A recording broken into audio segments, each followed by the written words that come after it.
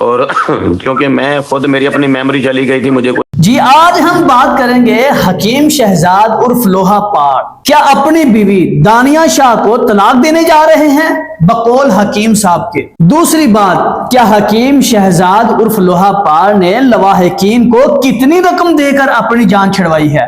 तीसरी बात, क्या हकीम शहजाद उर्फ लोहा पार टिकटॉक बनाते हुए इतने ही अंधे हो गए कि एक मोटरसाइकिल के अंदर अपनी गाड़ी दे मारी।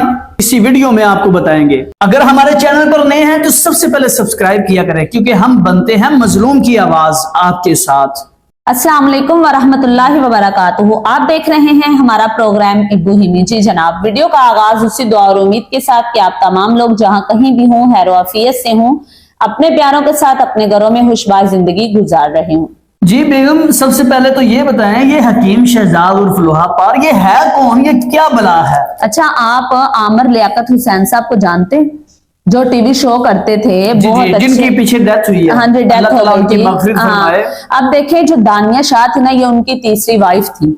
अच्छा अच्छा। और इस दानिया शाह ने, इस मनहूस ने ऐसा किरदार अदा किया कि आमिर लियाकत साहब जो है ना, वो अपनी जान से हाथ धो बैठे, वो अल्लाह को प्यारे हो गए। जब दानिया शाह ने अपनी बरहना जो वीडियोस थी, जो मियाँ बीवी के ताल्लुकात होते हैं, पर्सनल जो लम्हात होते हैं ना, हम उसको पर्सनल लम्हात कह सकते हैं ना, ज़ेबा वीडियोस नहीं कह सकते, क्योंकि मियाँ बीवी में इस तरह के ही ताल्लुकात होते हैं।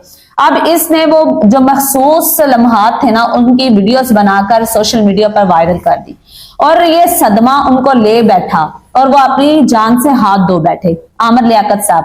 अब इसके बाद ये जो हकीम शहजाद उर्फ लोहा पार है ना, ये इसके दानिया शाह की तरफ से वकील बनी। ठीक है, वकील थे। वकील जब इसने इसकी वकालत की केस के बाद, इसने इसके साथ शादी कर ली। अब शादी करते हैं ये हकीम शहजाद उर्फ लोहा पार दानिया शाह से।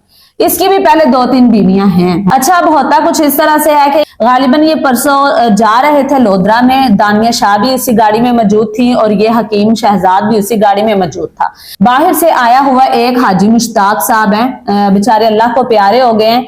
वो रोड एक्सीडेंट की वजह से, यानी कि इनकी गाड़ी की वजह से, इतनी तेज रफ्तार में ये गाड़ी भगा रहे थे कि इनकी गाड़ी जो है ना, वो मोटरसाइकिल को जाकर टकराई और मोटरसाइकिल पे जो हाजी मुश्ताक साहब बैठे हुए थे ना, अपनी वाइफ के साथ, अपनी अहलिया के साथ बैठे हुए थे और वो सऊदीया से 3 साल के बाद आए थे अपने घर वालों को मिलने के लिए, सिर्फ 15 रोज के लिए। अब बेचारे को वो मोटरसाइकिल के साथ ही गाड़ी मारता है जोर से और वो मोटरसाइकिल जाके टकराती है उसके साथ और वो जो है ना, अल्लाह को प्यारे हो जाते हैं। अब देखें, अब उसकी वाइफ जो है ना, अब हस्बैंड तो बेचारे अल्लाह को प्यारे हो गए, बच्चे यतीम हो गए इसके अंधाधुंध गाड़ी चलाने की वजह से। अब क्या इसने नशा किया हुआ था? लोग कह रहे हैं ना, अब बताते हैं, हम इसी वीडियो में डिस्कस करेंगे और बकौल इसी के आपको जो इसने इंटरव्यू दिया है उसके पार्ट्स भी लगाएंगे कि देखिए अब ये क्या बातें घुमा फिरा कर रहा है।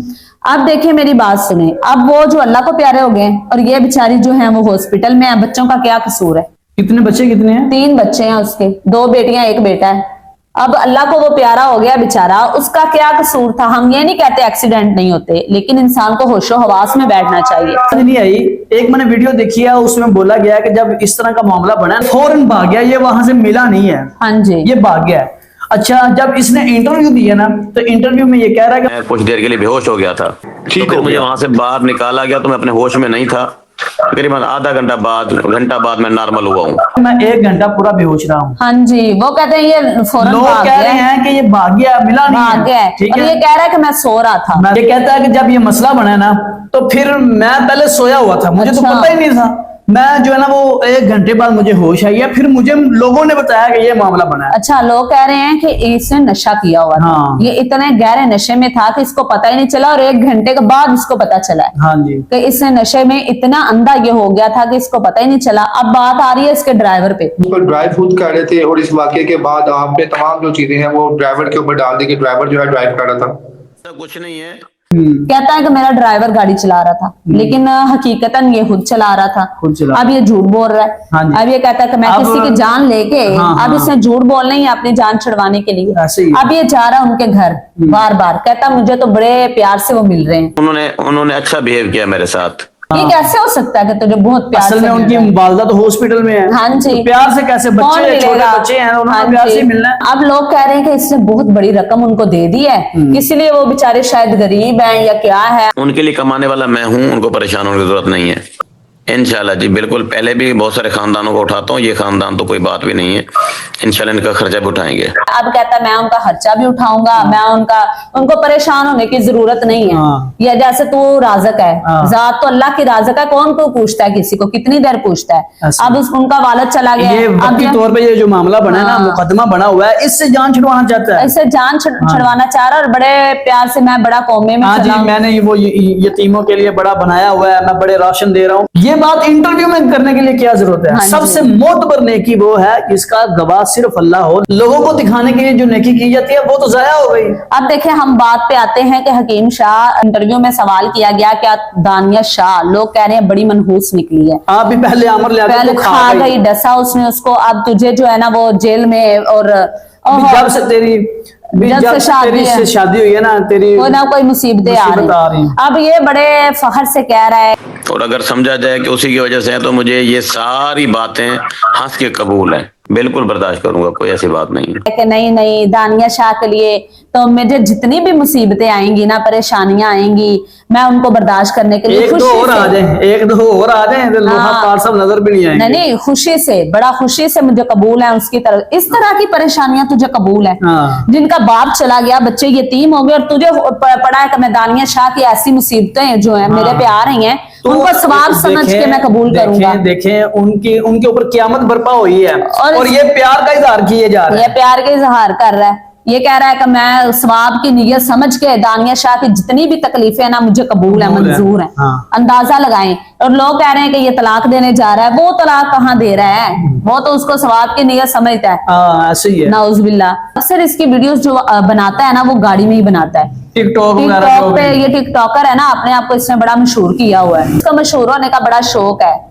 दानिया शाह का हस्बैंड असल में ये कहलाना। जो लोग है ना, दानिया शाह जो है ना, ये सारे पैसे के पुजारी हैं। हाँ जी, दानिया शाह ने अमर लियाकत से शादी क्यों की थी? इसीलिए की मशहूर होने के लिए की थी उसने, की थी। पैसे के लिए की थी उसने हाँ जी शादी। ऐसे ही है, और फिर उसका हिस्सेदार बनी, हाँ, ऐसे ही है। और सारा कुछ इसने करवाया। हाँ जी। आज वो मुसीबतें इस पे आन पड़ी हैं, हाँ, लेकिन बड़ी। इसको सवाब लगता है। अब जो कुछ देखे ना अमर लियाकत के साथ जो इन्होंने किया है, हाँ। उसका वकील ये बना है। अब इसके ऊपर परेशानियां क्यों आ रही हैं? क्योंकि ये दानिया शाह का वकील बना था और सब कुछ नीयत इसने- इसकी खराब थी खराब अंदर से। थी। अब वो सारी परेशानियां इसके ऊपर आ गई।